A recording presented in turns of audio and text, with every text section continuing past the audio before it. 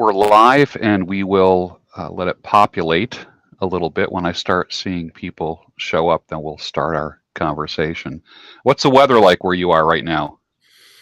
It's about 75, a little overcast, but no wind or anything, no humidity. It's California, you know. Oh, yeah, nice.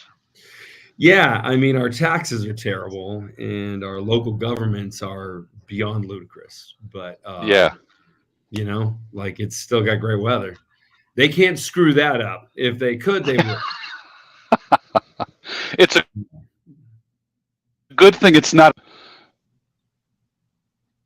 That's funny. You broke up for a second. A good thing it's not what? It's a good thing that the weather's not in their hands. Yeah. Oh, yeah. They would totally ruin it. Just like Yeah, they do everything else. Yeah. The that's latest funny. thing, the latest thing in California is incentivizing homelessness. So Really? yeah, Oh, when you give boy. homeless people who are verified homeless hundreds of dollars in cash, are they going to spend that money wisely? Well, let's see. They're homeless, so probably not. Like they haven't Yeah, managed their money so far in life. When they're living under a bridge, why would you think they would do something better with themselves if you gave them $600 in cash? No, they go buy heroin. of So course. yeah. Of I course. mean, in Milton Friedman's my favorite economist and one of my favorite people. And unfortunately, Hmm. he's no longer with us. But I put a quote of his in my book, and it is: "You can't judge programs based on their intentions, only by their results." Hmm. So a lot of ideas in business are, they might be great intention. A lot of ideas in politics, they might have great intentions, Yeah, but no one wants to look at the results. If we looked at the results of a welfare system, there would be no welfare system. But we look at right. the intentions instead. We keep repeating the mission statement. And, of course, the mission statement is to help people get back on their feet, to be contributing members of society. Well, they don't, we have like sixth generation welfare Yeah, recipients. So how's that yeah. getting back on your feet? It seems like it's It's a way of life. right. Well, it's putting families in a version of what I would call slavery. They're It is. depending on the Yeah, government for a check. That's slavery yeah, because you'll yeah, do anything to get that check once you've gone through life and developed no skills and have no professional connections, or I mean, you're basically unemployable other than yeah. maybe digging a hole in the ground. That's about all you can do. So now you volunteered for slavery. Why would you do that? So again, got to judge programs by the results, not their intentions. Well, it's like the war on drugs. Mhm. Anytime we've ever had a war on anything, we just ended up with more of it. Yeah, yeah, it's true. It's, it's crazy. There's some exceptions to that, but not many. Yeah, Yeah, yeah. We and also pretty much anything government does, it's not gonna help.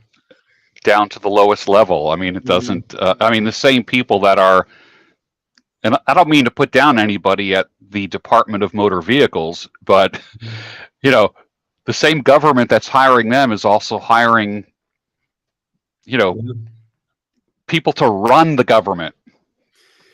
Yeah. Hey, here's an interesting statistic for you. We've got the current president's having a real rough time. He has Yeah, not replaced a single staff member, no one, since really. taking office. Not Wow. a person. So he hired Wow. all new people, all social justice warriors, and Yeah, they yeah, had the right color hair and the right color skin, and all that stuff. yeah. And he's pretty much led the most failed administration the country has ever seen. He has replaced no one. Absolutely. It's amazing. Mhm. The things. Well, they've redefined the word competent. Yeah, So they sure have. it just doesn't mean anything anymore. You know, No, no, it it's means crazy. that yeah, you pass the woke test, I guess. Yeah, Yeah. exactly. Hmm. Well, we're going to be talking tonight about resistance band training, and I would like to say hello to the audience, and I would want to give a warm welcome to Dr. John Jaquish. Welcome Thanks. to the show. Hey. Thanks for having me. Yeah. Well, my audience knows that I've been getting into resistance bands, Mm-hmm. and I think a lot of it started during the quote unquote pandemic and working out at home when the gym was closed down and such. And I just kind of like got out of the groove of it. So I Sure. started doing just resistance bands, and um, and I had said to someone last week I'm going to have the father of resistance band training on here next week, and they said, well, uh, I guess someone by the last name of Hartzell or something. Uh, Don't know. Dick Hartzell. All I saw was like black and white pictures of like an older muscle man kind of guy, and I said, well, he might be the grandfather, but I said we're talking to the father Well, let of me clarify. modern training. Yeah, but before we give me a title that doesn't make any sense, let me clarify some things. My thesis was that we need variable resistance because we have variable capacity. So when a bar is on my chest, I can handle X amount of weight, but I might be able to handle 3X of that weight when I'm partway off my chest, and I can handle 7X of that weight when I'm almost at the point where my elbows lock out. So we have variable capacity. We must train with variable resistance. I actually determined that band training alone was only good in the very beginning because you get to a point where you get strong enough where those bands are twisting your wrists and twisting your ankles. Yes, And yes, you're probably there. Like it's usually just a few weeks when people start using bands and then they're like, oh, my wrists hurt. The whole point of using yeah, bands is to avoid injury. But the problem with a band is it wants to be a circle. It doesn't want to interface with your body or the ground at all. It just wants to hmm spring back to its normal shape. So what I developed was a bar, which you can see right here, to be able to put the band through. And then there's a platform you stand on that the bands run underneath. So you're protecting the small joints, you're protecting the wrists and the ankles. Now you can take band training to an appropriate level of heaviness where you're really affecting strength and affecting strength more so than you ever could with a weight. By the yeah, way, weight training is completely stupid. Like once you understand this, you'll never lift a weight again because if you know you're 7 times stronger here when you're sort of just short of lockout in a chest press type position than you are back here when the weight is on your chest. Why would you ever lift a weight? Because the weight never changes. It's always that same weight. Now, somebody will say, well, functional training. Well, what's functional? Like, you could just carry rocks like people used to do. Like, that's functional. You're not going to build much of a physique doing that. So, or really increase your level of health. You'll probably get a lot of injuries. So, my point is, science can do better, and we've done better. And it's really simple and really inexpensive. So it's the banding plus what is required to protect your wrists and ankles. And so all the patents I own are on the whole system. So that's really and actually before that, did I lose you, George?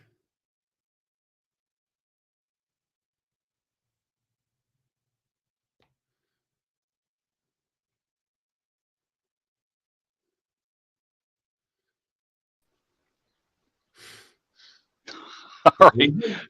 Now there's three of us. Okay, now there's two of us. Okay, I Yeah. I did get that though.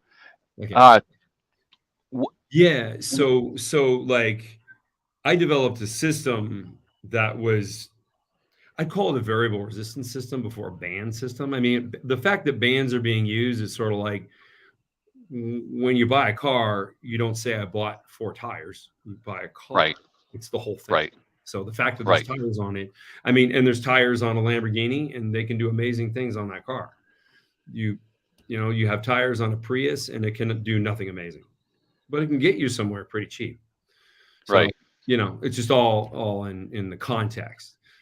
Yes. So now I came to this conclusion because my first invention was in medical space. It was a bone density device. So it was putting compression on bone to trigger bone growth. And so I would just line the body up in an almost axial format and then press into the axial loading of uh, multi-joint movements. So chest press, like kind of a squat type thing, deadlift kind of movement, and kind of a core protective, protect your abdomen kind of movement. And those 4 movements became 4 different medical devices, which are now in OsteoStrong clinics. And that's to treat bone density. Now that's in 10 different countries, 160 locations. So that worked really well for treating bone loss. And when I looked at the data, this is really how I made the discovery, because nobody had looked at what human capacity was in the strongest range of motion in isolation, because that's really what the therapy is. So, okay, we look at what the human output is, and it's outrageously beyond what we would ever use in fitness, which really means we have a lot of muscle tissue that we really don't touch. Like when you work out, you might be exhausted, but that doesn't mean anything, because what percentage of the muscle was really activated and did you really shut down? It's a very small percentage. And I made it into a large percentage because the variable resistance was absolutely crystal clear to me, because I had gone through that research with my first invention. And so I was like the only one that had this data. And so when I came public with it and launched a product and then put out the book, Weightlifting is a Waste of Time, it's a Wall Street Journal bestseller. I see that. Yeah.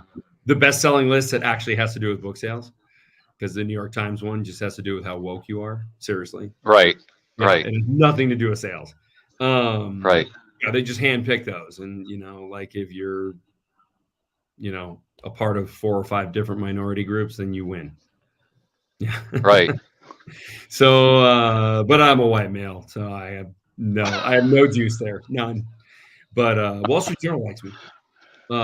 So that's good.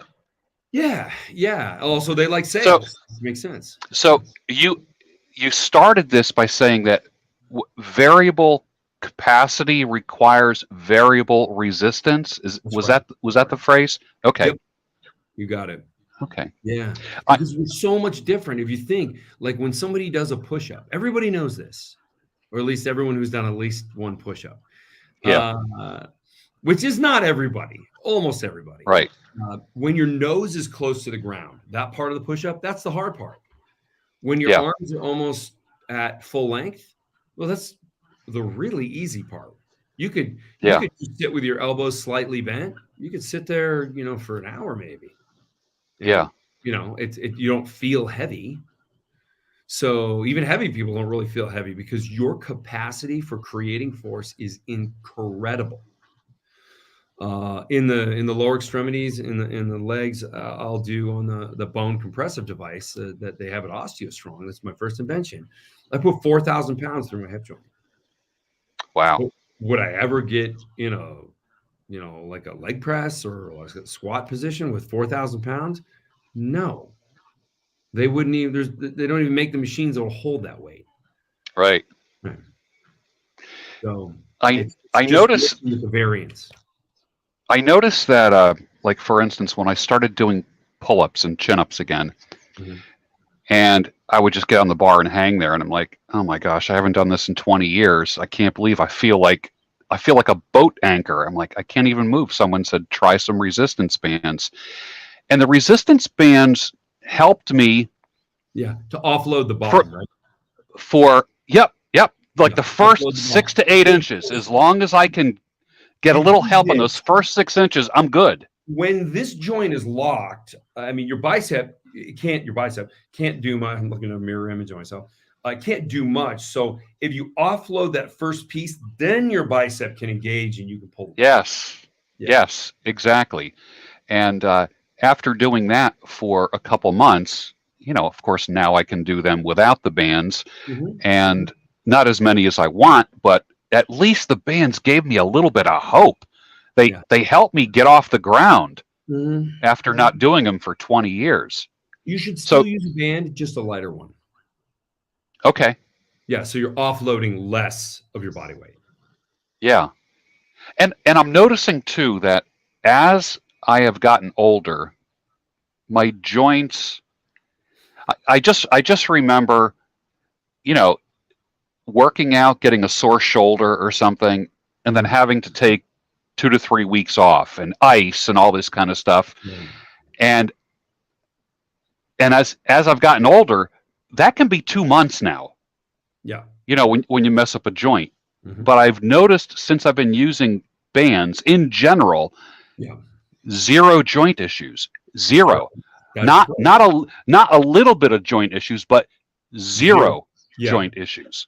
Yeah, I mean, most people see me, and I get this weekend. I was at a hotel, kind of a pool party kind of thing. People were coming up to me, and they were like, "Hey, are you in the NFL?" They're kind of like wondering if they should get a picture with me or something like that. I'm like, "No, I'm a scientist," and they're like, "You look familiar, though," and point is, they're coming up to me and they're just looking at my physique. They don't recognize my face. I mean, a dude with a shaved head. There's a lot of dudes with shaved heads. I don't look special. So yeah, and they're coming up to me, and it's so interesting because I ask this question to the fitness community all the time. I get a bunch of angry answers. Yeah, who's actually fit? Like you look at fitness advertisements and you would imagine everybody, but then you go into a gym and where are all those people? Because the people that hang out at the Pizza Hut and the people that hang out at the gym, they're like the same people. So where are all these fit people hanging out at?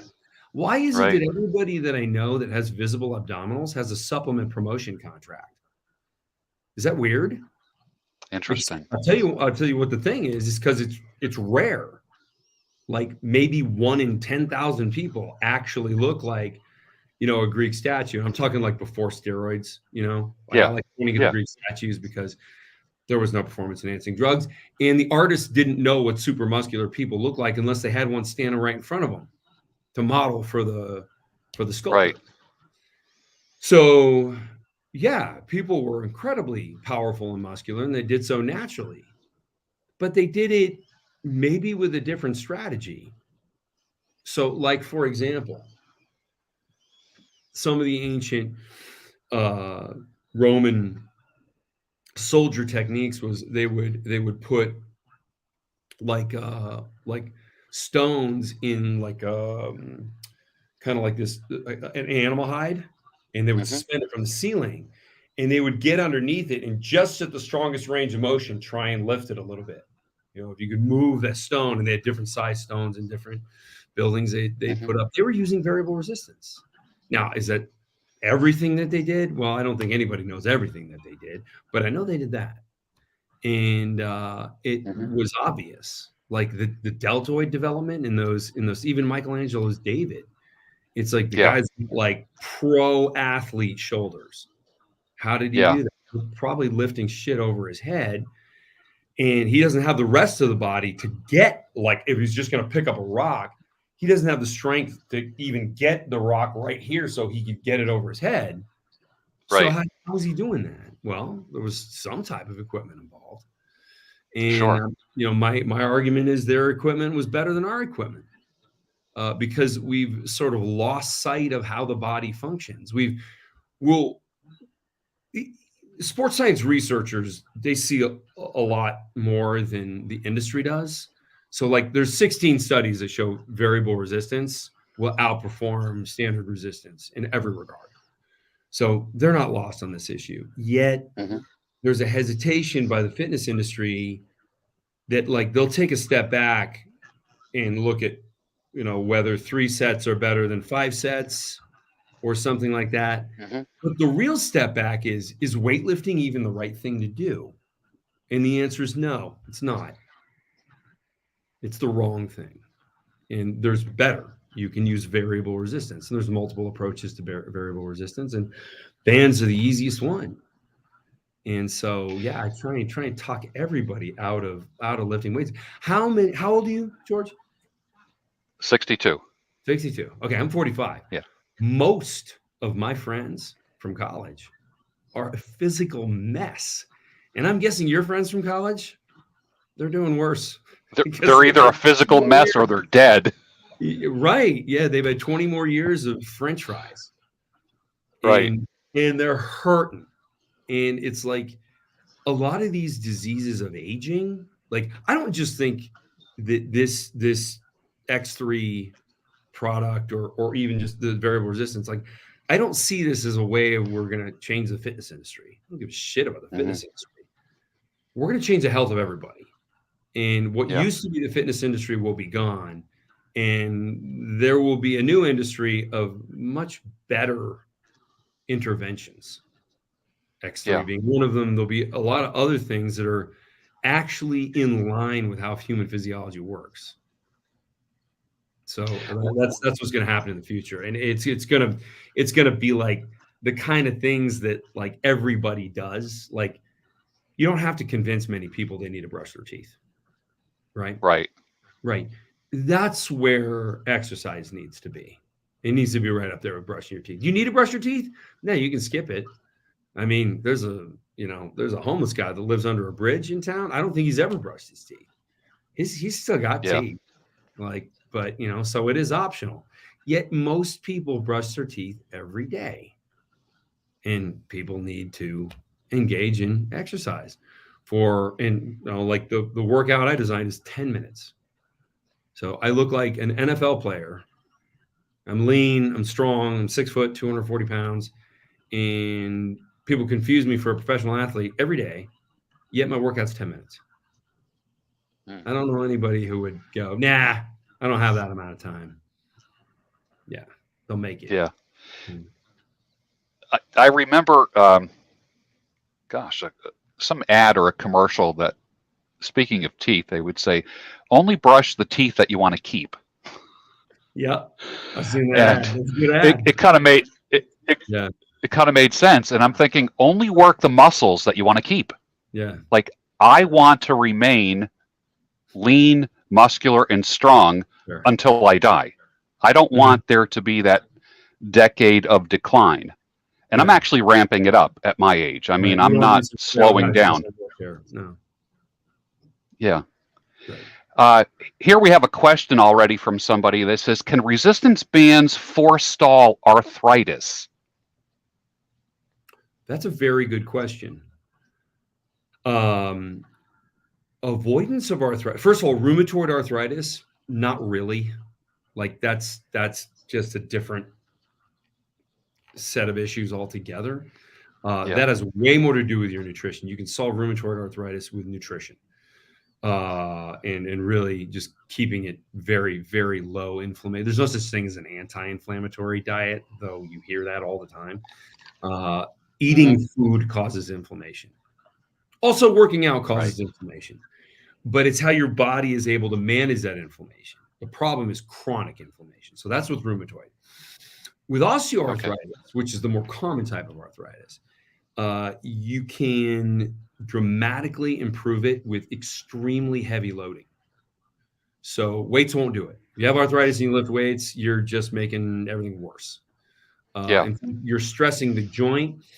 Peter Attia, who's a famous physician, if you haven't heard of him, he said, and I famously said, he didn't like weightlifting, or this was the comment. He says, I don't really engage in much weightlifting because the problem with weightlifting is it overloads joints and underloads muscle. That's what's lifting standard. So he understood where I was coming from a completely different perspective. Right. And he's like I studied biomedical engineering, and I believe he's an endocrinologist. No, I'm sorry, he's a cardiologist. So totally different stuff we studied. Yet in his free time, he made an observation that was like the basis of my second invention, which was X3. And I love that people see it. Now, they might not be able to make the mental leap in that we're going to leave weights behind and do something with giant, heavy rubber bands that'll provide 700 pounds of force. But if we strategically apply those tremendous forces to match the body's biomechanics, the growth is incredible. This was the year I turned 40 when I first started doing it. I first got my prototype of the bar I just showed you, and the platform that you stand on. And when I got that prototype, 1 year later, I had gained 30 pounds of muscle and lost 16 pounds of body fat after turning 40. That's unheard of. Everything's harder after 40. Everything is. Well, that's when what it they comes say. to that It stuff. wasn't for me. Yeah. Yeah. But a lot, you just keep in mind, a lot of the diseases of aging are really just diseases of deconditioning, which is not to be confused with aging. Deconditioning Right. means you're not doing shit, and you need to keep those things out, like the teeth thing. Like if you don't brush teeth, they're going to fall out. You know, if you don't use the muscle, it's going to atrophy, and you're going to have joint problems and all kinds of issues. So, what is your experience with people quitting bands? I know there's, what do they say? January is the biggest month in a gym because everybody just eats like crazy over the holidays and they join the gyms. And then, the gyms are packed and then the attendance just kind of goes down after January because people get discouraged. Right. Within 1 month, only 1 out of 6 people who signed up in January continue to come. Yeah. 1 out of 6. Yeah. It's people sign up because, well, they want to get out of the trouble that they caused with their shitty nutrition. And then, I think sometimes they expect unrealistic results. They think they work out for like 3 months and, they'll look like they did in high school or something like that. Yeah. And, I've come across people who were actually mad that they didn't look younger. Like they put on a ton of muscle. It was kind of this guy in like his 50s. And he's like, but why don't I look like I'm 40? And I'm like, I don't know. Why don't I look like I'm 30? Yeah. Like, what do you want? Like, so there is an element of unrealistic expectations. But for the most part, people quit because they don't see any results. They try it for even a month. Like they go a couple times a week, and then they look in the mirror at the end of that month, and they're like, I've been busting my ass. I've been spending less time with my friends. I've been ignoring family because I want to go to the gym and I want to get in better shape, and I don't see shit. And that's the story of everyone. Exception, I mean, like with the exception of like the 1 out of 10,000 people, and I can explain why. Some people have genetic mutation where they have longer tendons. So, like, here's my pectoral, and here, which way do I need to go for this? Okay, like I said, mirror image. So here's my pectoral, and so the origin is on my sternum, and then it inserts under my bicep right here. I have a normal attachment point, but some people, it inserts over here on the other side. Interesting. They have a longer lever, which means in everything they do, they use more muscle, which means they can gain strength faster. These are the people who, and I went to high school with a guy, and usually I tell this story, and they're like, I went to high school with a guy too. And, the 1 out of 10,000 kind of starts to show here. There was a guy in my high school that we started working out at the same time. He might have been 10 pounds heavier than me. And I would say after a year, he was 45 pounds heavier than me. And I mean, just looked unbelievable. And he was powerful. He was benching 405 for reps. This is a high school student. This is a 17-year-old. Wow. Yeah. Like, I mean, absolutely phenomenal in his ability to gain muscle. We worked out together. We did the same exercises. We ate the same. And it was like, what happened to this guy? Like, what does he have going on that I don't? And that stuck in my mind. And then when I went into the bone density field and I looked at like what people were capable of in the strong impact ready range of motion, I thought, like I'm good at this.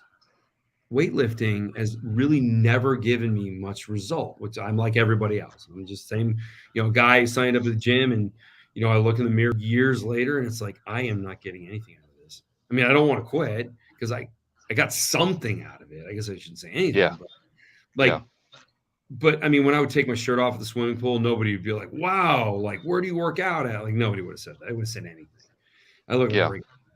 And so going through the process with the medical device and then remembering my friend from high school, it's like, what did that guy have genetically different? Now, people automatically assume the genetic differences are hormonal because of what they see anabolic steroids doing to people. That's actually not the big difference. There have only been 3 people kicked out of professional sports because they genetically just had an unfair advantage with high testosterone, and all 3 were women. Wow. Yeah. Wow. And I would love to get quotes from those women now that men are allowed to participate in them. Yeah, right. Yeah, I mean, like, I'm sure they're furious. But yeah, so the genetic difference is not testosterone. It's where your tendons connect the muscles to bone. If you've got a longer distance, if you have a longer lever, you're going to be able to use more of that muscle and develop it faster. But for the 99.9% of us that don't have that mutation, well, weightlifting doesn't do much. There's a study by Petrella in 2008, which showed that 26%, it was a random sample of the population, 26% of the population cannot grow any muscle at all. None, no matter what they do with standard weights. Wow. Yeah, that's crazy. And how many people are out there like just pounding their head against the concrete? Yeah. Yeah. Just lifting. They're not getting anything out of it. And of course, the only people you really hear about are the people that succeed. I mean, this is why kids think they can be rock stars, because they're like, they can think of 20 rock stars off the top of their head. Yeah, but how many tried and didn't make it? Sure. Yeah, there's like a million of those, and you're not going to see any of that. So that's sort of my general problem with the fitness industry, and why I saw an opportunity for developing like a really well-built, like super high quality, powerful variable resistance training device, because I knew I could convince the high performance athletes to do it. And that's all I needed to do, because once you do that, then everyone's like, oh, I want to do what they do. Yeah. Because, also, like, I try to do some videos where I'm like presenting science to the general public. I've even tried to like put some science on my TikTok account. Oh man. Yeah. Like, it's amazing how little you can teach people in 20 seconds. Yeah. And the people who are looking for a 20-second education, they are as brilliant as you would assume. Yeah. So I just, it's a struggle, but I knew that it was really just about the professionals. If I got the professionals, everybody would follow along. I am interested in functional fitness, functional health. I'm not going to be competing in anything. I don't compete in sports. I'm not a bodybuilder, but I move furniture. Sure. You know what I mean? You got to clean the gutters. You got to keep from falling off the ladder. You got to rake a yard. Exactly. So for me, be able to walk the dog and not be sore. Exactly. I want to be able to move a dresser so I can, or move the couch, that kind of thing, or not have to like get like a 20-year-old over to help me out. You know what I mean? That kind of thing. Yeah. So, hey, you're just like everybody else. I mean, honestly, you're just like me. Like, I'm 45. I'm not competing in anything. In fact, I don't even think there is anything I can compete in. Now at my age, I mean, I guess I could be one of those crazy guys I used to play rugby with who are still playing rugby, and they think because they grew up playing it, they'll never get hurt. Right. And every time I see them, they're like on crutches. Like, any people like that? Right. Yeah, of course. Yeah. Of course. So yeah, I'm not going to be one of those guys, but yeah, I mean, really, like, what am I training for? Like, to be the toughest looking guy at the barbecue? Okay. But I mean, that's their goal. That's why they work out. And also, here's an interesting thing I have figured out about health. because my first invention is a $300,000 set of medical devices that goes in a clinic. And as soon as I was out there with that system and speaking to physicians about it, it was interesting. Like, I thought physicians would be a very tough sell. No, physicians are easy as long as you show them the evidence. If you show them the evidence, so I mean, I showed them the evidence, and they're like, "This is profound. I will recommend this for my patients."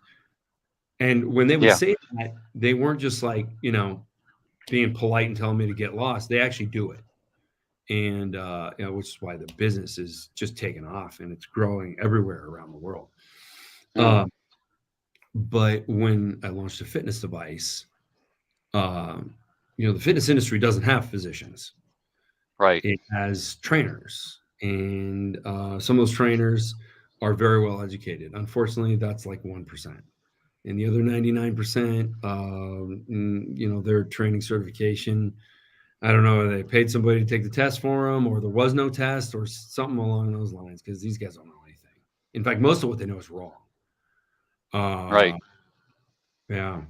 So it's it was a business challenge because I had to do some very unorthodox things.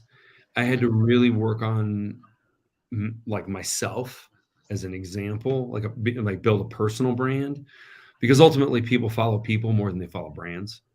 Sure. Yeah, I mean, they were way more interested in Steve Jobs than they were in Apple. Right. Right. Like, and right now, like, are people as excited about Tim Cook? He's actually not that bad as a business guy. Like, he does he does have a personal brand, but it's hard to compete with Steve Jobs. I mean, that's almost impossible. That's true. Right. So That's my true. point is like doing the personal brand and really showing people like everything I do, everything I eat, really my like lifestyle. Because I think ultimately, and this was my thesis to this question, ultimately, people don't care about their health at all. They say they do, but it's almost like virtue signaling. Like, they say they do because that's what you're supposed to say. The truth is, when it comes to like a lot of chronic conditions that are self-inflicted, like diabetes, like osteoporosis, though a lot of people don't know how they're self-inflicting osteoporosis, so that's not really all that fair. But people engage in stuff for one reason only: to look better. It's vanity. That's it. Yeah. Yeah. And so I package health with vanity. Like, I think that's really like a huge key to the success of X3. And we have hundreds of thousands of users out there now. And it's definitely the fastest growing brand in fitness. And I only know that because everyone else who works in fitness tells me that their company is shrinking and they're letting people go left and right, and I'm hiring. So, Right. I know I'm the only one growing, and I'm growing pretty quick. So, it's all working out, and the better science is prevailing, or I should say the science, because what we've been doing with weightlifting is borderline anti-scientific. There's a lot of science on weightlifting, but that doesn't mean that weightlifting was part of the right answer, to begin with. So I should phrase it like that. I don't want any kinesiology professor to hear this and be like, well, what the hell you mean my whole field is stupid? No, it's the failure to take yet another step back and say, like, what are we even doing here? Yeah. All right. So before we went live, we were talking about, I made the comment how when you go to a physical therapist for an injury, you always leave with a band. They've been doing that. And like someone said that to me today, and I said, duh. I'm like, how timely is this comment? You always leave with bands. Yeah. Why bands in physical therapy and rehabilitation? Why don't you leave with dumbbells? I love that question. It's like I've never thought to say it, but I know that. Like, in physical therapists love X3 for that reason. One of them is that variable resistance is so easy on joints. So here's something that's shocking. When you align a joint in its linear configuration. So, my elbow here, Like just, this is linear. yeah, This is the line. yes, yes. So when you line up the radius, the ulna, and the humerus together in that and compress that joint, that is what stimulates the fibrocartilage uptake in the tendons and ligaments that build a joint capsule. So conversely, when you have your elbow bent, when you're like doing like a bench press, this is where the joint gets damaged when there's heavy loading. So when you use variable resistance, you are building your joints as well as your musculature. When you're doing weightlifting, you're to some degree chronically destroying your joints.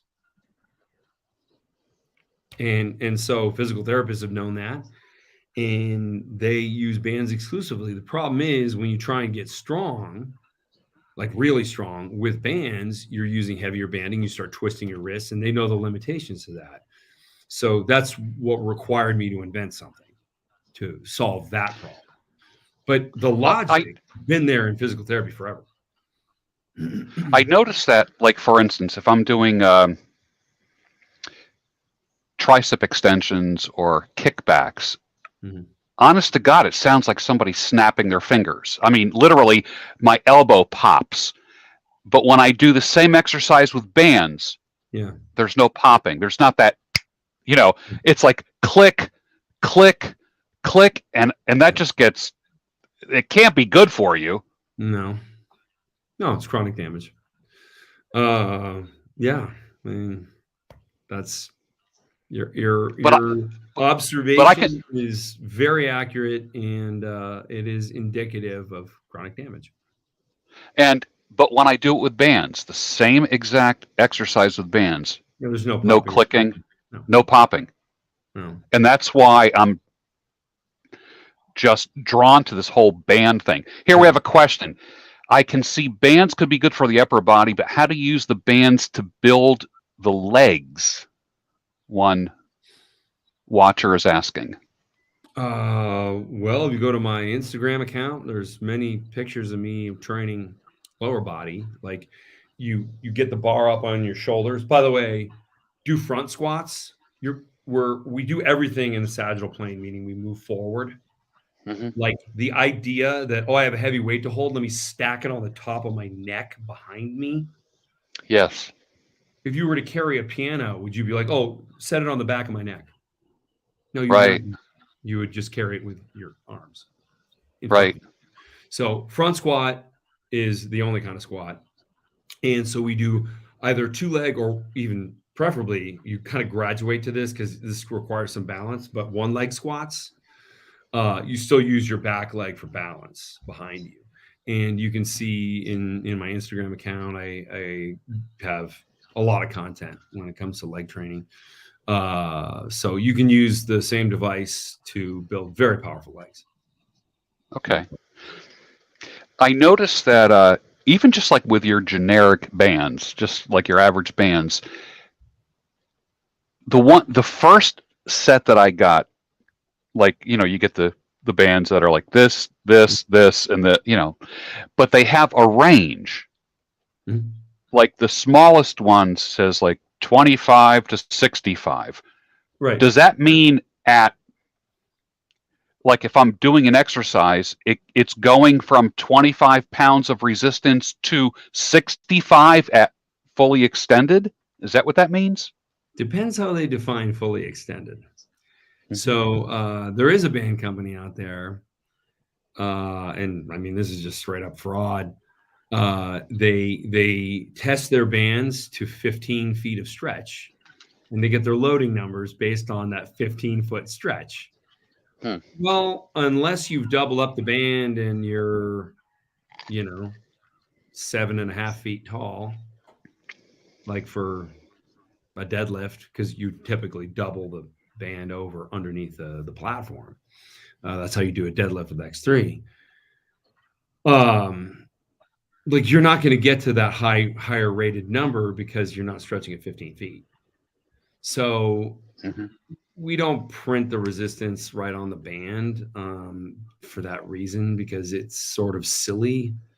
And also like what I've done, and you can, sorry, you can see this on my Instagram account. You can see where I've got a bar that's hooked up to a load cell, which is reading the force coming off the bar. And there's a digital readout. So you can see like when I'm pushing in a chest press, it says 550 pounds when I'm at the top. It's 300 pounds when I'm in the middle. It's 100 pounds when I'm at the bottom. And that digital readout really shows people, oh, like that's like a lot more weight than I thought he was lifting, because people look at a band being stretched and they don't know how much that is. So, yeah, I wouldn't get too wrapped up in the number. And putting the number on the band was stupid for two reasons. One is it's usually kind of fraudulent. The other one is that women are totally up for band training because they can tell just by looking at it, there's a smaller likelihood of injury. But if you tell them they're lifting 160 pounds when they're not, or even when they are, immediately they're done. They're like, oh, that's too heavy. I don't want to do this. Forget this. Yeah, you scare women away because they think, oh, the next thing that's happening is an injury. Oh, I had no idea how much that weight was. So don't get too wrapped up in the weight. Like, can you use the band or not? Is it the right, like, if you get more than 40 repetitions, okay, go to the next heavier band. 40, you said. You want to go higher reps with bands because you're holding more weight. Right. And if you can do 40 repetitions, okay, it's time to get to a lower repetition scheme, but with an appropriate force. Yeah. You got to always the force has got to be just appropriate for the muscle in question. Let me ask you this about bands. Do they loosen up over time? Like a band, great question. Does their elasticity get weaker, after a year of use? Or I don't know. What are your thoughts? Yeah. Most bands out there do, like, especially like the ones you find on Amazon or Walmart, because they're made out of petroleum. And petroleum polymers deform. Just now, I mean, why do they reinforce rubber tires? Why do they put, steel mesh inside of them? Well, to counter such a problem, especially when in dealing with like temperatures, like if you're in a cold area and you have a certain pressure in your tire and you move to a hot area, well, now your tires are ready to just explode because they have a much different pressure based on the temperature of the rubber. Sure. So standard bands do tend to stretch out. And so people think they're getting stronger, but really their band's just getting longer and longer. Right. Yeah. So standard petroleum bands are garbage. Unfortunately, they're the cheapest. So people start out with that, and then they're like, oh, maybe I should get something that actually is like, not $5 and maybe actually invest in my health. And then what you want is latex. So tree rubber. That does not stretch out.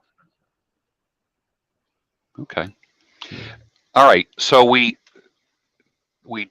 mentioned women. We mentioned older guys over 60 that just want to move the furniture and split a cord of wood without, and still be able to walk. They want to take their shirt off and have their wife look at them, and go like, "Whoa, like that's mine." That's what they want. What guy doesn't want that? Your kids look at you and they think like, is Grandpa a superhero? Like, why does he look like that? Like, that's cool. Yeah, I get messages from guys all over the world that have things like that. Where it's like, my grandkids think I'm a superhero. They're like, how come you're bigger and stronger than Dad? Of course, the husband's a little embarrassed. And he's like, wait, what's that thing you work out with? I need one of those, obviously. Yeah, right. My word of mouth advertising is great because of this. Yeah. And so So it's like I said. your product, I mean, for instance, like when I travel and I'm speaking at conferences and such, I could put something like your product in my suitcase Correct. easily, right? I go all over the world. You can Okay. see in my Instagram account, I see Parthenon in the background in Greece in one picture, and you can see Abu Dhabi in another. I got probably took some pictures in Hong Kong, mainland China. Like I go everywhere, and I always bring my X3 with me. Because a lot of guys, the first thing they do is they want to find out where's the gym in the hotel, Right. and it's Right. It's it like usually three looks like a triangles. museum, anyways. Yeah. Yeah, exactly. Yeah, well, Now you're unfortunately, with a lot of hotel gyms, because they don't want the liability of weights, they just have cardio, right. which is like, yeah, I mean that's a whole nother hour conversation about how people shouldn't do cardio, not for the reasons they think. What about personal trainers? There's a million of them out there. Are there personal trainers that are just band people? Oh yeah, Because every yeah, it's huge for personal trainers. In fact, well, I mean, when you say just band, the problem with just bands is if all you have is bands by themselves, you will not succeed. Because it's going to twist your wrists, it's going to screw up your ankles, and of course, a trainer really doesn't want to do that to their client because that means that client's never calling again. right. So there are hundreds of trainers that use X3, and so it's the bands and it's the latex quality bands that come with the product, Hmm. uh, and so it's a complete system, and it's also the system that they can reference that the NFL is using. Guys in the NBA, entire teams of Miami Heat, like their entire strength training program is based on X3. So that's what they want, and that's what they're using with their clients. And there's a guy in Vegas, Daniel Magyar, and his Instagram handle is DM_trainer. This guy is like probably one of the top trainers in the world for aspiring bodybuilders and even just like regular people. Like he has Hmm. soccer moms, he has people who are obviously going to be pro athletes, and he does it all through like video calls like this. Like people set up the camera and they work out, and he tells them what they're doing and Wow. what to improve on. Yeah, Interesting. Very yeah, interesting. yeah. He's so successful. It's amazing. Yeah. What about for like elderly? I mean, like, I'm officially a senior citizen, but I don't consider myself to be elderly. When I think elderly, I think Deacon, 75, sure, 80 and right. older. Because Mobility right now, problem, right. yeah. What about for people that age? Yeah, they can do it and they can gain muscle. So like the idea now, I mean, your metabolism does slow down. So like, are you going to be as good at building muscle in your 60s as you were in your 20s? No, but it's not that much diminished. Like it's still there. You can still do it. Hmm. So, I put on 30 pounds of muscle in my first year after I turned 40. So would that have been more weight if I had done it when I was 20 instead of 40? Yeah, probably. Hmm. Uh, if I did it when I was 60, would it have been 30 pounds? It might have been 10. Yeah. It might have been 20, but it wouldn't be 30. Right. So sure. What about for weight loss? Tell me the role of your product and Great or question. bands with the weight loss industry, Mhm. which is a subset of the fitness industry, of course. Sure, sure. Body composition is really the most failed human endeavor. It's just like goes right along with the gym industry. Just absolute utter failure. We've been telling people to like restrict calories for the last 75 years, and people are fatter and sicker than ever. So Yeah. obviously, just eating a little bit less is not useful advice. So people should stop giving it. Right. Food choices have a lot to do with hormones that upregulate your hunger. or Mm-hmm. downregulated. And the medical community has completely ignored all of that. And that's the big half of my book.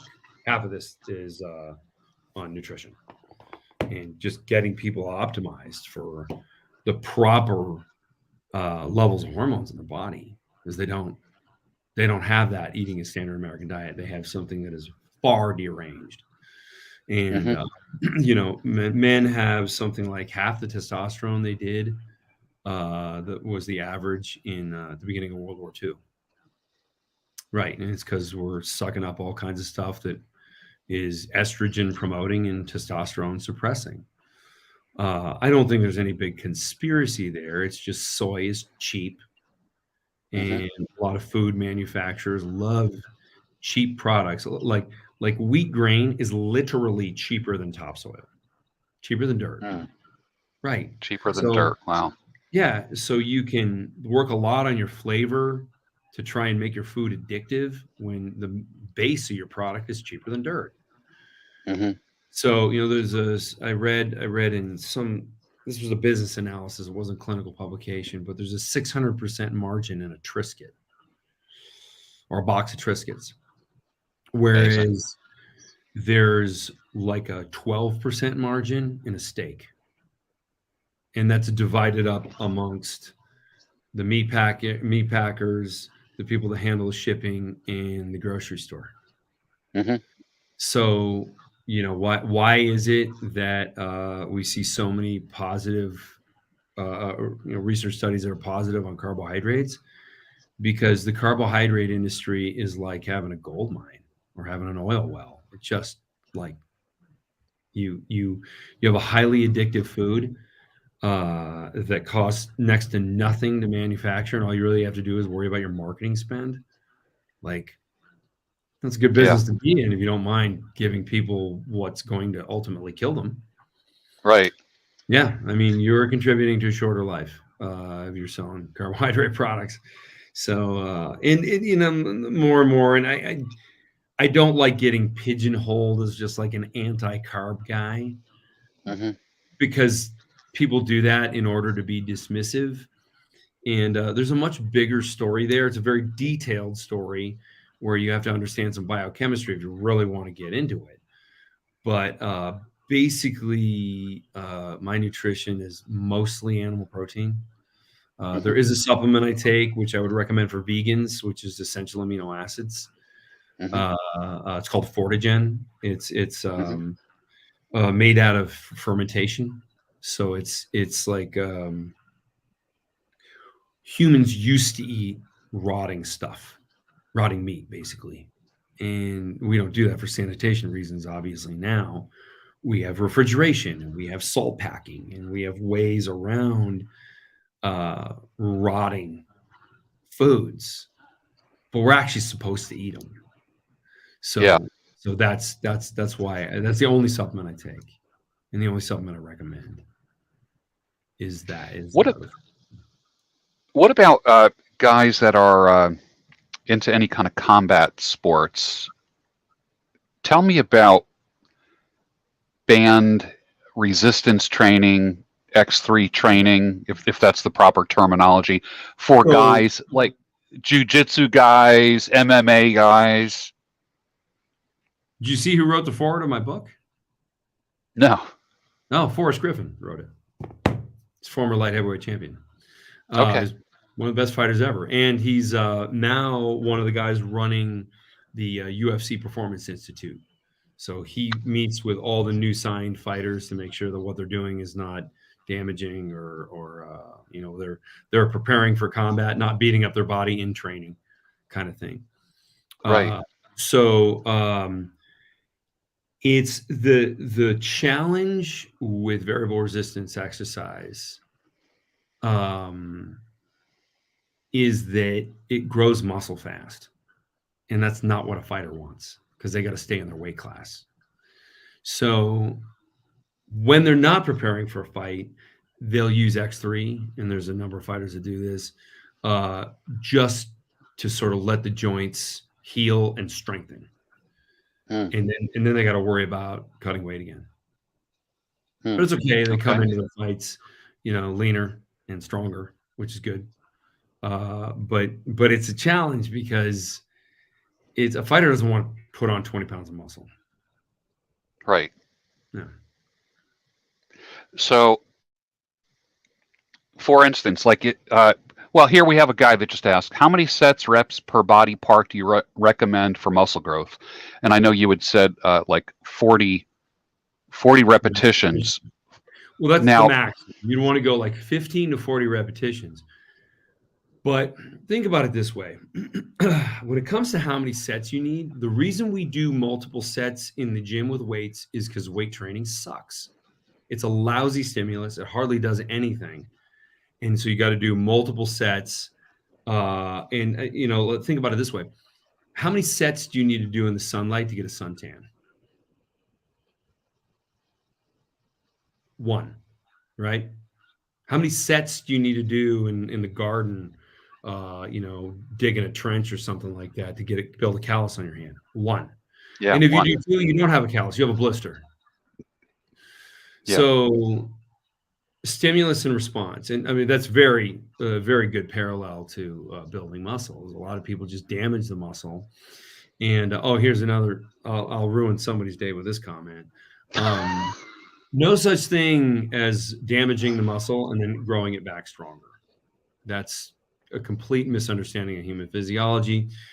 What happens is if you damage the muscle while you're training, the damage must be repaired and you will not grow any muscle. So muscle damage is inversely related to growth. And most people don't understand that. So it's when you stop damaging the muscle and you just stimulate, no damage.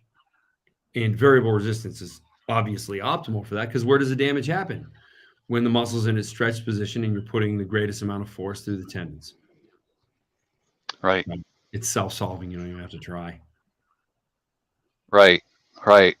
Yeah, the damage is done not at the top of the bench press. It's done here. Think of the squat. Think of how your knees feel at the bottom of the squat. Horrible. Oh, yeah.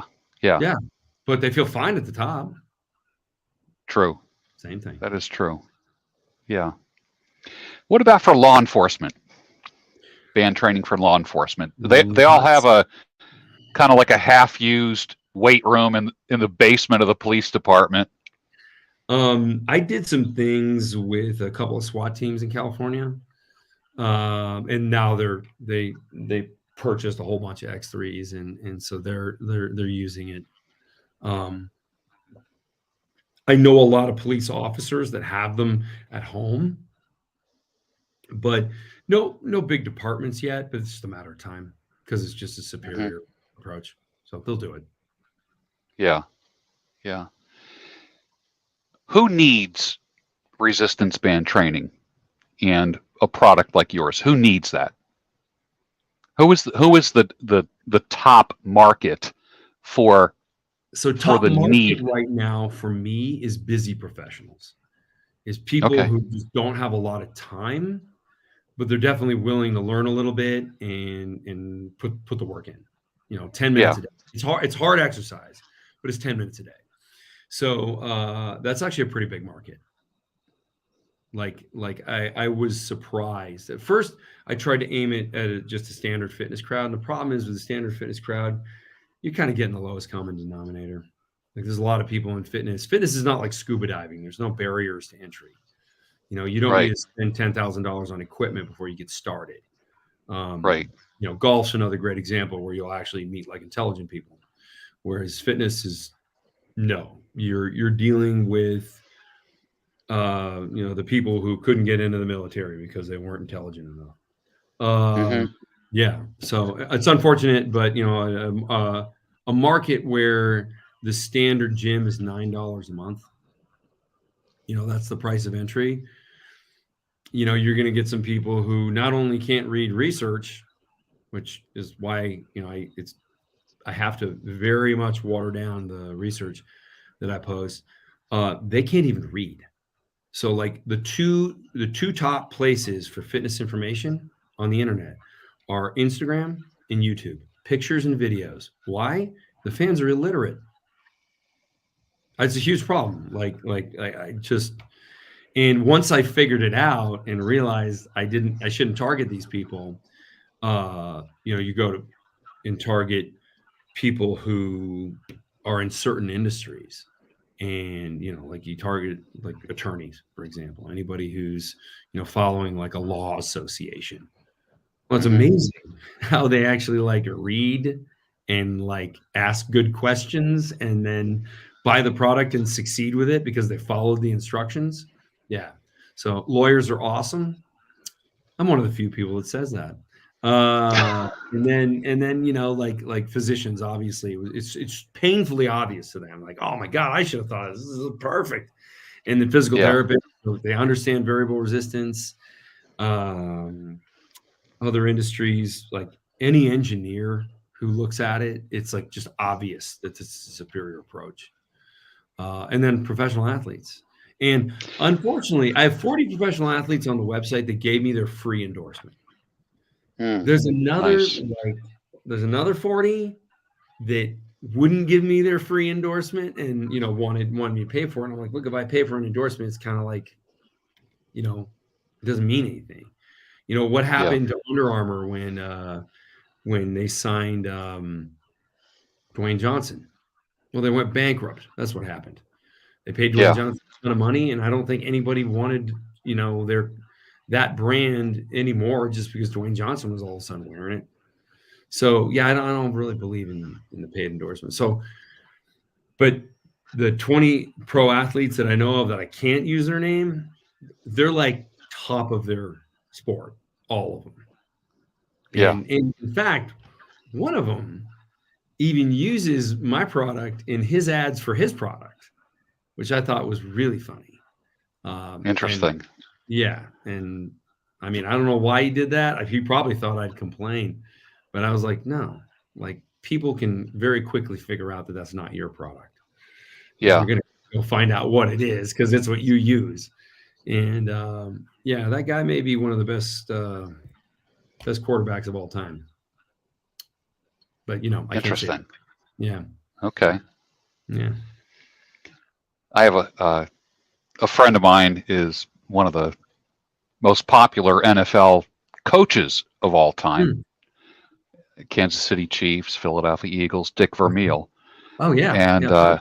just just a great guy. I would I got to have Dick on here, and I got to talk about because he's in shape. Dick's Mhm. 85 years old. Is he? He's 85, and he is in great shape. The guy walks with a hustle. I mean, there is nothing slowing that guy down except the truck. That is it. I mean, he's going to live forever. Hey, that's And the way to be until you don't.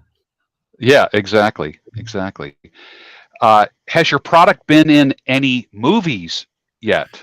Any kind of like product placement? Is there someone in the background in a somewhere with the X3 bar or you know? It's a great question. There's some pictures from, I want to say the show was just called 911.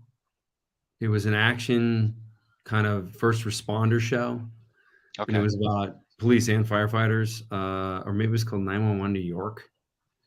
okay, Um, all the photographs they took backstage, like the X3s in all of them. It's like they tried to get the X3 in the background. Um, and I think it was just a couple guys on that show used it, and so they just left it out, and it sits in an open space, so you could see it. But no, I haven't put it in any movies yet, but it's been brought up, definitely. what what what if you got it into the hands of like Sly? What has Do you know if he's ever tried it? I know he does band training, and I know his problem with bands is he hurts his wrists and his ankles. Sent him Okay, a couple messages, but I mean, Instagram, right? Like he probably doesn't even see them. Like most people send me messages, I don't see. I have 1 million followers. He has, I don't know, 10 million. So yeah, I don't know. Like I don't know anyone who knows him. Actually, that's not true. I do know some people that know him, but I don't. I don't want to go through those channels. I'd rather it happen organically. yeah. Yeah. So, um, Who else? I've done some workouts with Patrick Schwarzenegger. And I didn't ask him to work out with his dad with it, and I don't know if he Mm-hmm. did or not. But I know Mm-hmm. that it was on top of his mind for a bit, and Mm-hmm. I know he's still using it. So yeah, um, we'll see. A lot Yeah. of guys that are known in fitness, they have to come to the conclusion themselves. So I'm not going to be there and like try and hustle them Yeah. on something. It's just like I'm Yeah. here. You want me to answer questions? Dan Crenshaw is a regular daily user of X3 and Okay. promotes it. And I would actually like work with that guy. I would like pay him to come out for time, like do an ad with Yeah. me. Yeah. But I can't get a hold of him. That's But interesting. Right. Right. yeah, that guy is guys that like American hero, Navy SEAL, one Yeah. of the Yeah. only honest politicians I think we have. What I about say, Jocko? Could you get Jocko or Rogan or any of these like these podcaster guys? um, Jocko's got his own thing. It's really Does he? like, well, he's no, not his own workout thing. Like he's very much about his mindset, sort of Yeah. discipline. Yeah. And I would be afraid he might look at this as like a shortcut because Navy SEALs don't take shortcuts. Right. Right. I mean, he's very clear about that. And Yeah. so He it's not a is. workout. It's the hardest workout you've ever had. It's actually, it enables you to work out with more weight. So it's harder. So, Yeah. I mean, but that doesn't mean that's the way he'll see it. Yeah. So I haven't, Bob, that's another thing. Like we have a lot of mutual friends. And so like I've been on 300 podcasts. He's probably been on 500, but 100 of them have been in common. So, like, I know a lot of people that can introduce me to the guy, and I'm not going to push it. Now, Joe Rogan, a lot of people have emailed Joe Rogan and asked him to have me on the show, but these people are not just like fans. Like one of them was, I probably shouldn't mention the name, but basically his boss at the UFC. Because Okay. he's his own boss at his podcast, but he works for the UFC. Yep. Say And no more. I'm not talking about Dana White. I'm talking about the owners of the company. We're like, Right. you got, yeah. In fact, the owners of the UFC right now, they probably gift 50 X3s a year. Only been in business 3 years. Yeah, like they're huge fans, Hmm. and they've made sure that X3s ended up in the hands of Dwayne Johnson and Mark Wahlberg and a whole bunch of other Mm-hmm. celebrities. I'm not really interested in celebrities though, Mm-hmm. because performance athletes, they perform, they're functional. Yeah. All you can, if you help Dwayne Johnson out, it's like, okay, I guess you helped him be in better shape, but does that mean he's faster? Does that mean he's stronger? Does that mean he performs better? No, but I can point at all the NFL guys. Now I know the Miami Heat is one of the least injured teams in the league. Hmm. And if they're avoiding injuries more so than anyone else, well, Mm-hmm. there you go. And they're also winning. Like they started using it like really early on. Like they're on their second year now. Hmm. And they had a very young team that's injury free. And of course, young guys actually get more injuries because they're arrogant.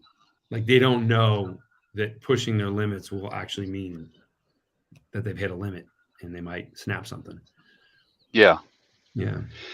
Here's a question for you. It says, what's the difference between your system and tubular bands with handles? Oh, for every different exercise, the difference is hundreds and hundreds of pounds. The tubular, they're actually surgical tubes. They're tubes that liquid run through, like, in certain, they have better surgical tubing now, but that's the old way, the latex tubes. And those may be like 5 pounds. Like I know they look cool, Mm-hmm. online. That's part of the problem with band training is that it all looks the same. somebody's doing an overhead press with a 5-pound band or 200-pound band. It kind of looks similar, but yeah, with X3, you're exercising with sometimes 600 or 700 pounds, and shockingly enough, you actually need that force because you're much stronger than. And so those 5-pound things, they wouldn't even be good for an older person. They would be good for maybe a decrepit person, a person who can't get up, and it's just going to do some arm exercises while they're sitting down. But I mean, we're talking like, hospice in 18 months kind of person. Yeah, right. Yeah, right. Like those things they're not of any relevant force. What would you recommend for like a dude that's skinny fat? Oh, you mean like almost everyone? Yeah. Yeah, like everybody. Everything we've been talking about. Yeah. I mean, skinny fat, for the listeners that don't know what that is, that's when you have a significant amount of body fat, but a very diminished amount of potential muscle. So you're weak, but you're carrying around a lot of body weight. That's almost everybody. And humans are so spectacularly weak compared to what we could be. But my entire line of sight on this is that we've been exercising basically incorrectly for 99.9% of the people. Now, the genetic outliers, they use weights and they can grow because they're genetic outliers. And by the way, they're the ones that developed the bench press and the squat. It's the people who responded. They're the ones who are excited about it. They're the ones who promoted it. But we don't have the advantages they do with leverage within the body. So all variable resistance is leverage outside of the body. You're just changing where the leverage is coming from. But the same effect. All of a sudden, you can use your entire muscle. You can exhaust your entire muscle. You can't do that with a weight unless you're like Pheromones, who coincidentally is a huge user of the product. Even though he is like one of those guys who has the genetic advantages, he's like, like the variable resistance is the only way I want to train because it's safer. Yeah. A lot of people think variable resistance is taking the pin out of, a stack and, like putting it on the next. Explain variable resistance. So it's when the resistance changes through a movement to be different and advantageous to you. Some call it accommodating resistance, meaning it's more accommodating to your biomechanics than a weight is, which is completely not accommodating. Yeah. One of the things I noticed when doing band training versus, let's say, dumbbells or easy curl bar or something like that, it's like rest. Yeah, we'll rest at the bottom of every rep and the top of every rep, and But with the bands, it's just continuous tension, just continuous. Actually, more at the top. Way more. Yeah. The kind of new strap line of the product, it used to be triple the gains, which I can prove mathematically. But considering I told you most fitness fans can't read, doing a lot of math based off a study was like I was losing everybody. So I changed it to greater force, greater gains. And everyone was like, well, that's just a universal truth. Like if you train heavier, you will grow faster. The challenge, of course, with most people is how do I train heavy without injuring myself? So it's a strategy to get the highest loads through the muscle without injury. That's the whole purpose of variable resistance exercise. I got a million things going through my head. You know how like when a guy is like on a bench and he's maybe trying one of his personal records and he arches his back just to get it off his chest. You know how you see guys do that. They just arch right up just to get that first 3 to 5 inches. It changes the exercise from a flat bench to a decline bench, which is actually Right. much better on the shoulder. Now, if they were smart, they would just get on a decline bench or do dips and lean their body so that their whole body is going into it. Again, it's standard resistance, so it'll have the same limitations that every other exercise does. But yeah, when guys do a high arch, they're just making it into a decline press. What if with the X3, what if you're laying down? Well, first of all, do you lay down on a No, bench when no. you don't? Okay, so you're not. I was wondering because, like, would your body naturally arch with the X3 or no? But No, you're doing it you standing do up. it from the standing position. Yeah, your pecs still work when Okay. you're standing. Ask anybody in the NFL. They still work. Okay. Yeah. Okay. Yeah. All That's standing. interesting because everybody equates pec work with being horizontal. Yeah. Yet everything we do with our pectorals is while we're standing. I mean, the guys in the NFL, when they're pushing somebody, they don't say, "Oh, let me lay down on the ground first, and then I can block." Right. Right. Yeah, that's just another one of those dumb things that's gone along with the fitness industry, and yeah, that's gonna go down with the ship. Yeah. Tell the audience about, you have a couple things. You have a book that you put out, and then tell us about your product. Yeah, so the X3, it's variable resistance training to the highest degree, and it's calculated so that you're really getting the proper ratio from strong to weak range. And it's really simple. It takes a few seconds to set it up for every exercise. Like you need to catch your breath between exercises, so like you got plenty of time. Whole workout takes 10 minutes. The entire system folds up into a backpack, and you can kick it under your bed or put it in a drawer so you don't have to lose a room of your house for your home gym. Yeah. And this will also take you, if you are so inclined and you eat the proper nutrition that's associated, you can take a normal guy and turn him into somebody who looks like he's an NFL player. Like Mm-hmm. absolutely muscular, lean, incredible condition. Mm-hmm. There's no other home device that'll take you that far. You know, you can take Mm-hmm. an overweight beginner and turn him into a slightly less overweight novice. You know, a Yeah. little less than a beginner. But you know, then at some point it's like, this is easy. I gotta get a real piece of equipment. Yeah. So this thing will take somebody all the way. Okay. And that's one thing that I made sure of, because I wanted people to take it seriously. Like a lot of home fitness products are what I call fake fitness. You know, like it looks like you're doing exercise, but really you're just sort of jumping around and not doing anything. You know, a lot of ab wheels. Yeah. And all those products were designed to fit in a small box and be easy to ship to you. Tony Little. Yeah. Like Remember, just that remember Tony, junk. the Gazelle? Remember that? It was I I live just outside of Philadelphia, and I'm in QVC country around here, so I know a lot of the hosts and the guests and whatever. And I've just for decades now, have just knew everybody that was on the air there, and that was kind of like the fitness product capital of television, right? QVC and Home Shopping Network, and it was just kind of funny. Everything from Suzanne Summers doing her whatever that thing she used to do with her legs, and every weird fitness, and every weird fitness device known to man. Yeah.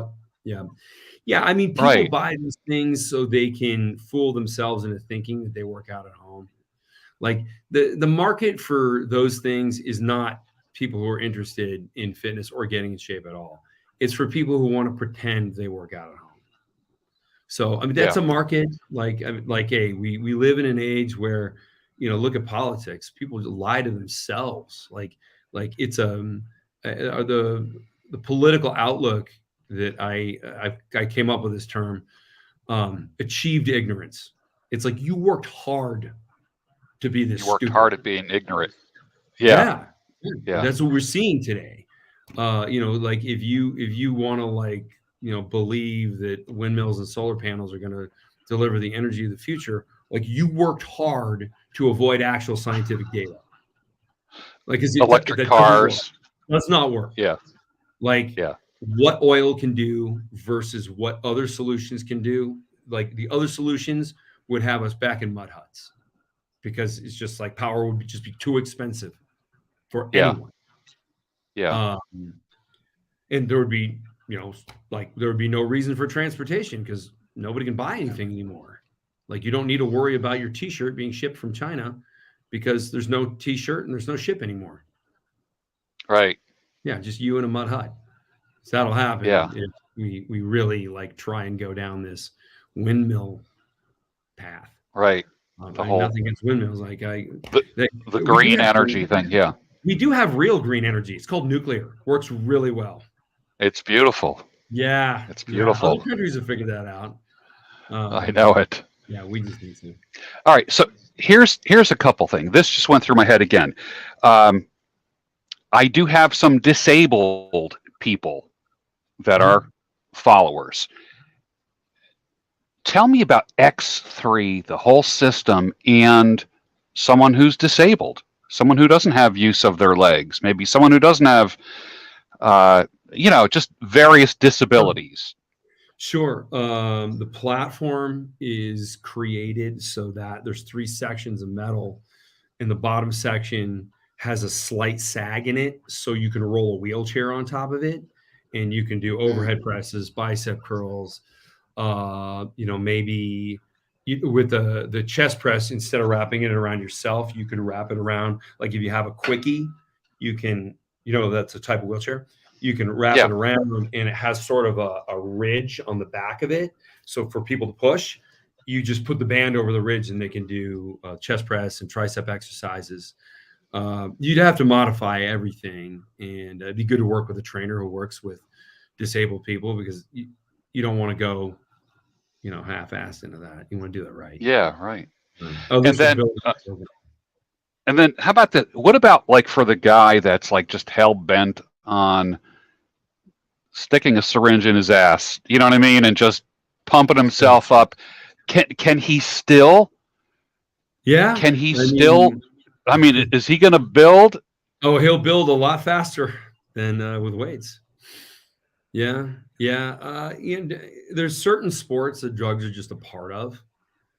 And I think the prevalence of hormone replacement therapy has kind of taken performance-enhancing drugs out of the villain category. Mm-hmm.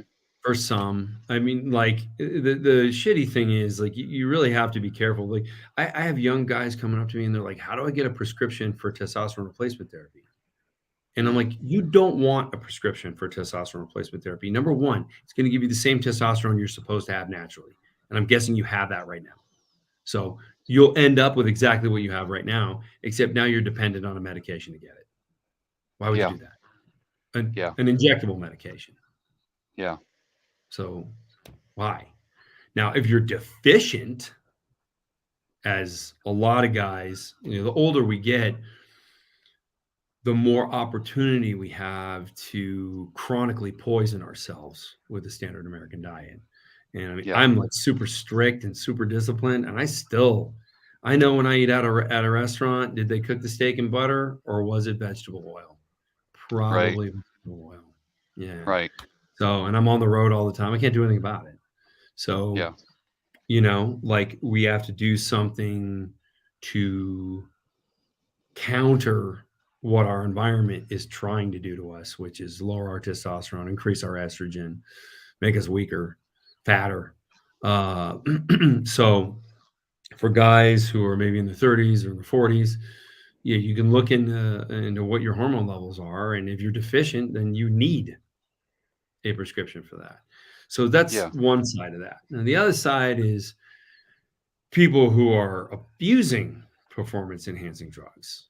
And nothing I'm going to say is going to stop those guys. They made that decision probably long before they ever heard this podcast. Mm-hmm. I would encourage them not to do it. They don't need it. Like, I am in better shape than, look at it this way. 6.6% of males in the United States over the age of 18 are currently using or have used anabolic steroids. 6.6%. That's a lot of people. Now, we got 6.6% of people that are using steroids or have used them. Yet maybe 1 in 10,000 actually looks fit. So most people that take steroids, they don't get anything out of it. Now, for some of the same reasons I mentioned to you, their workout is inefficient. They're using regular weights. They can't stop eating Twinkies and pizza. Right. I mean, those foods shouldn't even exist. Just complete garbage. Like, if people are like, well, I like my pizza. Like, shut the fuck up. Like, it is your problem. Like, how good is it? Is it good enough? Do you enjoy that pizza enough so you can be sad about your, how you look all day, every day? I don't think that's a very good trade-off. Fuck pizza. You don't need pizza. Yeah, I tell people that every day. Some people I get through to, but I'm kind of hard on it. Like, it's not like, well, maybe here and there. Like, no, don't reinforce the addiction. Carbohydrates are an absolute addiction. It's in research. Carbohydrates have been compared to cocaine. Like, as far as how hard it is to stop. Yeah. Like, you don't get the same addiction, urge, like, oh God, I don't have this in the next 15 minutes, I'm gonna kill somebody. But carbohydrates, like, ultimately, when somebody sits down for a meal, like, what do they want? They want garbage, because that's what they're addicted to. So you got to break that addiction. Yeah. Yeah. My endocrinologist, I remember asking him about TRT, because there's a whole trend with TRT right now. Everyone is offering it. I'm even getting texts from some company that got my phone number saying, only $100 a month, we'll send you this kit where you just inject yourself and whatever, and just sounds like good medical. Wow. Yeah, exactly. And I talked to my endocrinologist. It's like you're like violating all kinds of laws by like sending this. Like, really? Is this your marketing? Yeah, exactly. It's so funny. I would say go to a real endocrinologist. Don't. My endo said to me, he says, are you depressed? I'm like, no. He says, do you have energy? I said, yes. He says, can you lift, can you lift furniture? And, I'm like, yeah. He says, can you get it up? I said, yeah. He says, can you still have sex? Yeah, whatever. And he says, you don't need it. He goes, I treat symptoms, not numbers. And he goes, your numbers look really good. And I'm like, okay. Because for a while there, everyone was saying to me, you should get on TRT. You should get on TRT. And I actually asked him that. It's only if you have a deficiency. Correct. Yeah. Yeah. If you don't have a deficiency, then you don't want it. Yeah. Which makes you dependent, because your natural production shuts down when you get on replacement therapy. Yeah. Like, so that means you're dependent on that medication basically forever. Right. Yeah. Right. Wow. Where can people find you, Dr. J? Well, my last name is tough to spell. So I got my website is drj.com, DOCTOR, the letter J.com, and links to all my social. I do the most on Instagram. I just like the platform. But if you want to follow me there. drj.com is a lot easier than Jaquish. And Julius Irving wasn't using it. He's fishing it. So it worked out for me. Oh, that's great. That's great. Yeah. Well, thank you for joining us. And Willie, this is fun. You are going to come in later. We can do this again, and I can answer everything. I would love that. I would love that. Cool. I definitely would. I know people have said to me, like in the past, like because I'm a pretty much an animal protein guy. People have said to me, are you on TRT? I'm like, no, I'm on ribeye. And my world turned around with what I call mostly meat, or not hardcore carnivore, but I would say mostly meat, mostly animal products. Yeah. And my world changed completely. Yeah. Mine too. Yeah. It was, and I've been doing carnivore, some variation of, for 10 years. Wow. And yeah, I feel fantastic. Yeah, it's funny. My fiance, 24 years younger than me, and she has trouble keeping up with me. That's not a You know? bad problem to have. No, it's like we're always doing something, and sometimes she's like, "Can we just like sleep for a weekend?" Like I don't like, like I'm always on the go. I'm like, I have the energy for it, so I do it. Yeah. Oh, that's great. Yeah. That's great. Well, yeah, let's do this again. And I know that this is going to generate a lot of questions amongst Sure. the audience. And people are probably going to reach out to you on your different platforms and such. Mhm. And I just want to say thank you for your time. I know we went all over the place. I had a million Yeah. questions, but I didn't want to make this seem like a interrogation or an interview kind of thing. I It's just wanted okay. I to get kind of, interrogated in a lot of podcasts too. I yeah, don't mind. It's fine. yeah, Well, sometimes people think like they're asking me a tough question. It's just like, I've heard this question 100 times. Like I know, I know how to answer yeah, it. right, right. Yep. Well, excellent. Thank you for joining us tonight, and we will do it again. I appreciate your time, and Thanks, everyone John. who's watching, please check out drj.com. Do you call it the X3 system? What is the Yeah. proper Yeah, term? and the website's x3bar.com, but all those links are on drj.com. Okay, excellent. Awesome. All right. Thanks a lot. Good night now. Thanks, John.